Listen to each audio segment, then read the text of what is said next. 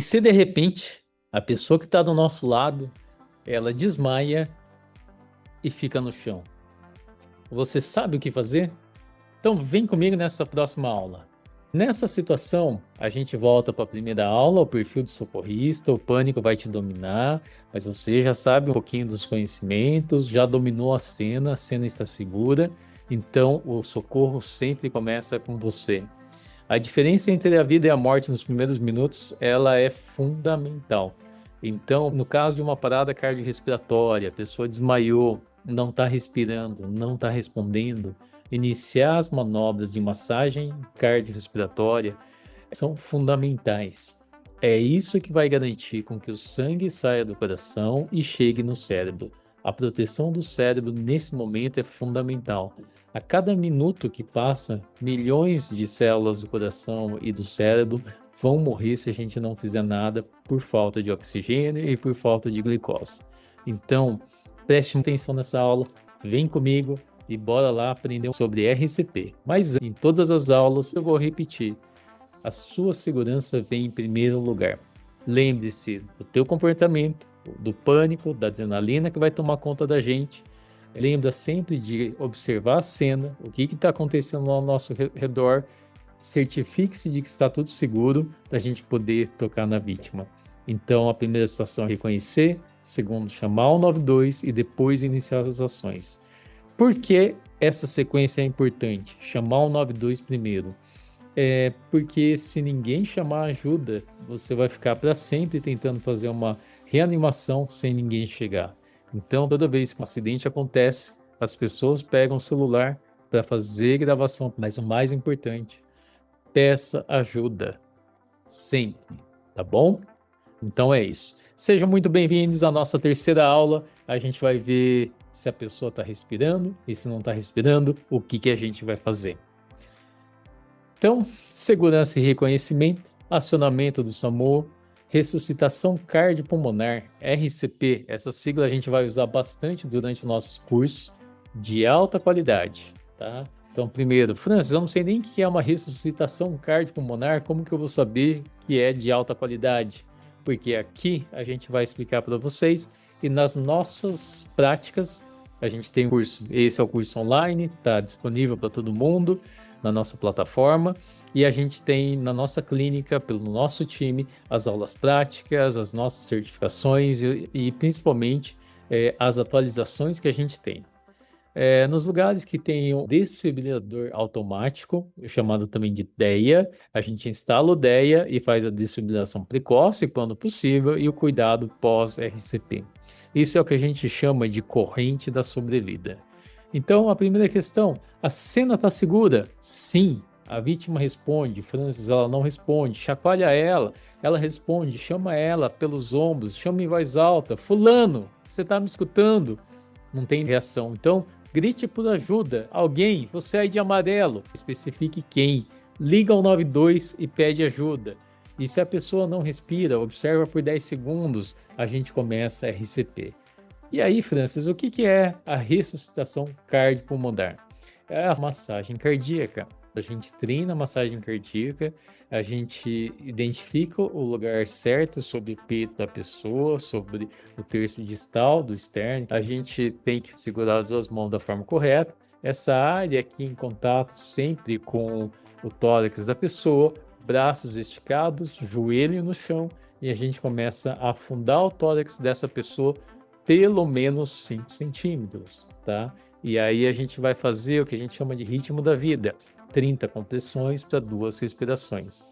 Aqui tem um detalhe, se você está sozinho, priorize sempre as compressões, tá bom? Você não tem ajuda de mais ninguém, eu não tenho uma máscara facial, eu não tenho com que fazer respirar. O próprio movimento hoje, no guideline do ACLS, ele preconiza que a compressão ela é fundamental. Tem que ser firme, profunda, rápidas e contínuas, na frequência de 120 compressões por minuto. O mais importante, às vezes a gente comprime e não espera o retorno do tórax. A gente vai ter que comprimir e esperar o tórax retornar. No adulto, de 100 a 120, de 5 a 6 centímetros e sem interrupções. Essa continuidade tem que continuar. Se você está em uma ou mais pessoas, a gente vai cansar. É um procedimento extremamente cansativo. Então, o ideal é que vocês troquem a cada 2 minutos e observe o outro, e dando feedback da qualidade dessa ressuscitação. Então, se eu estou numa cena, a pessoa do meu lado desmaia, toco nos ombros, ela não responde, eu falo alto: "Ei, fulano, acorda, você me ouve?" A pessoa não responde. Observo o tórax, o nariz da pessoa, eu vejo que ela não respira. A primeira coisa, então, ligar o 92, pedir ajuda e depois começar a compressão. A compressão é a cada 30 para 2 respirações, na frequência de 120.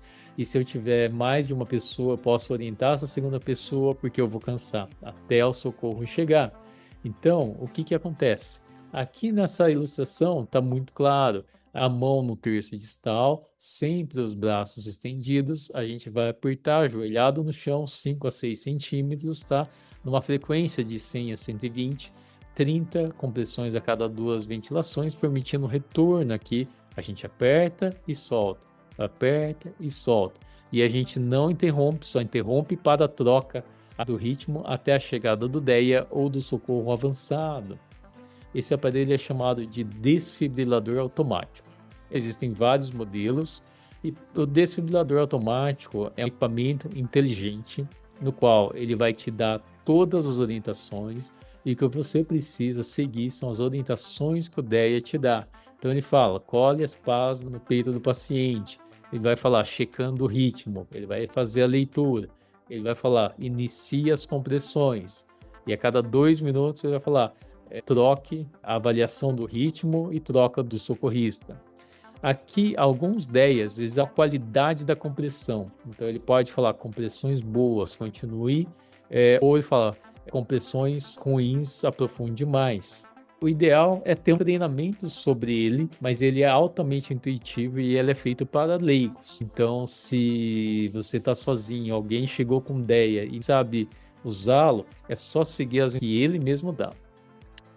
E qual que é a diferença, né, para a criança? A gente falou aqui sobre a parada cardiorrespiratória no adulto e na criança.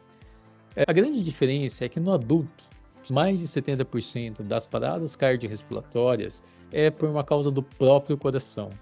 Na criança é porque geralmente algo está obstruindo a entrada de ar e essa falta de ar leva a uma baixa de O2, um acúmulo de CO2 e geralmente é secundária a problemas respiratórios. A ação crucial nos adultos é a compressão e nas crianças é ventilar primeiro, porque muitas vezes o coração está ali firme, forte, jovem e tem alguma coisa impedindo que o ar chegue no pulmão dessa criança, tá? Então, no adulto, liga ao 92 antes de iniciar. Na criança, se você estiver sozinho, realiza 2 minutos de RCP antes de ligar, porque às vezes o movimento pode desobstruir a criança. Essa grande pergunta. Ele está dormindo ou está morrendo? Deixa nos comentários aqui como que eu diferencio isso daí. Quando o silêncio é um sinal de perigo. Fale alto. Ei, fulano, você me escuta? Bata nos ombros. Ei, fulano, você me escuta? Observe o tórax, observe o nariz, veja se ele está respirando.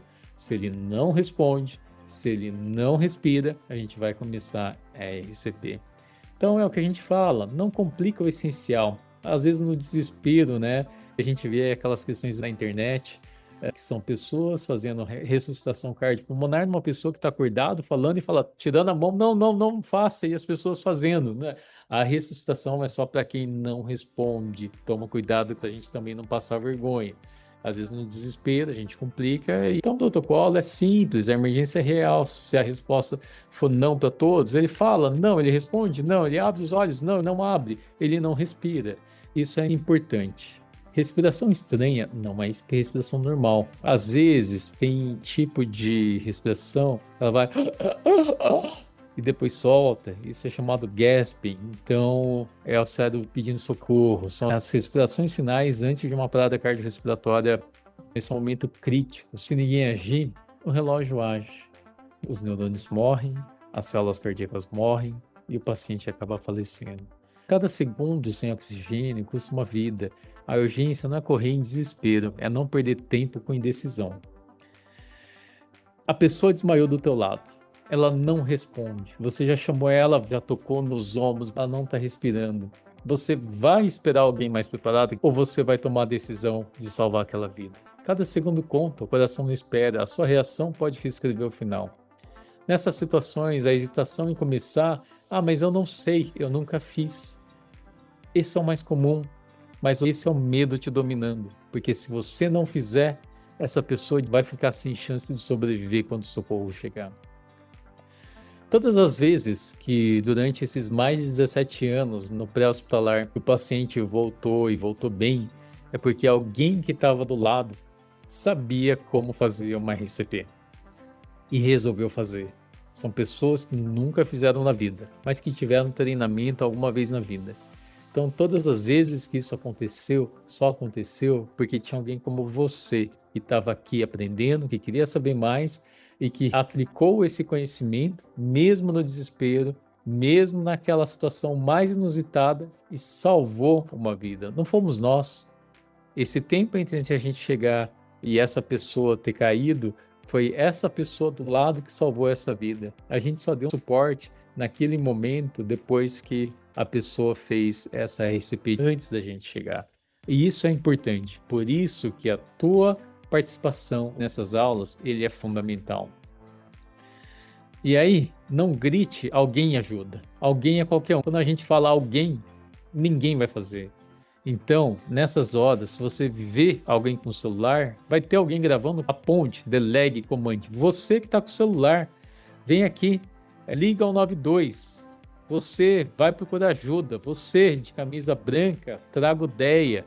Então, liderança é importante nessas horas.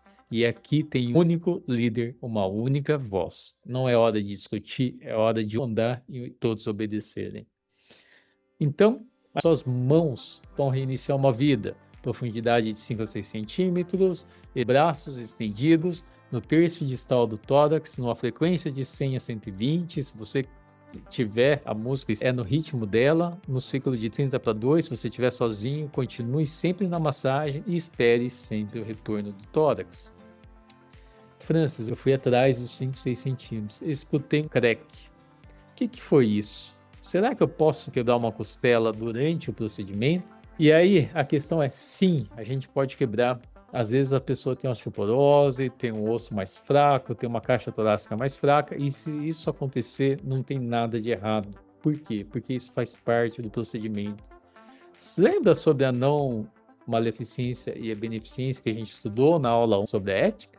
Exatamente por isso. Mas a costela quebra e o osso cola, a morte não volta. Então não deixe de fazer. Mesmo escutando o crack, continue fazendo. Você está no caminho certo, tá? Então, o medo da imperfeição não pode impedir o início. E a fronteira do cuidado, até onde você, leigo, pode checar a responsabilidade de respiração, iniciar uma RCP, usar uma ideia e manter a vítima viável até o médico, o SAMU, o resgate, alguma ajuda especializada chegar ou você chegar no pronto-socorro. Então, esse é o teu papel. E aí, a gente vem das histórias no dia que o destino falha. Ou não, são dias de esperança. Durante esses mais de 17 anos, muitas histórias deixam a gente emocionado. Nada mais emocionante do que ver numa cena alguém fazendo um procedimento com coragem, com amor, com dedicação e muitas vezes por um desconhecido. Então, esses são os verdadeiros heróis, é o desconhecido que do medo da multidão tomou a iniciativa, resolveu fazer e salvou aquela vida. Então, isso é importante. Muito obrigado, até a próxima aula. E na próxima aula, se outras situações clínicas acontecerem, você sabe o que fazer? Se não sabe, vem com a gente para a próxima aula. Valeu, muito obrigado e até mais.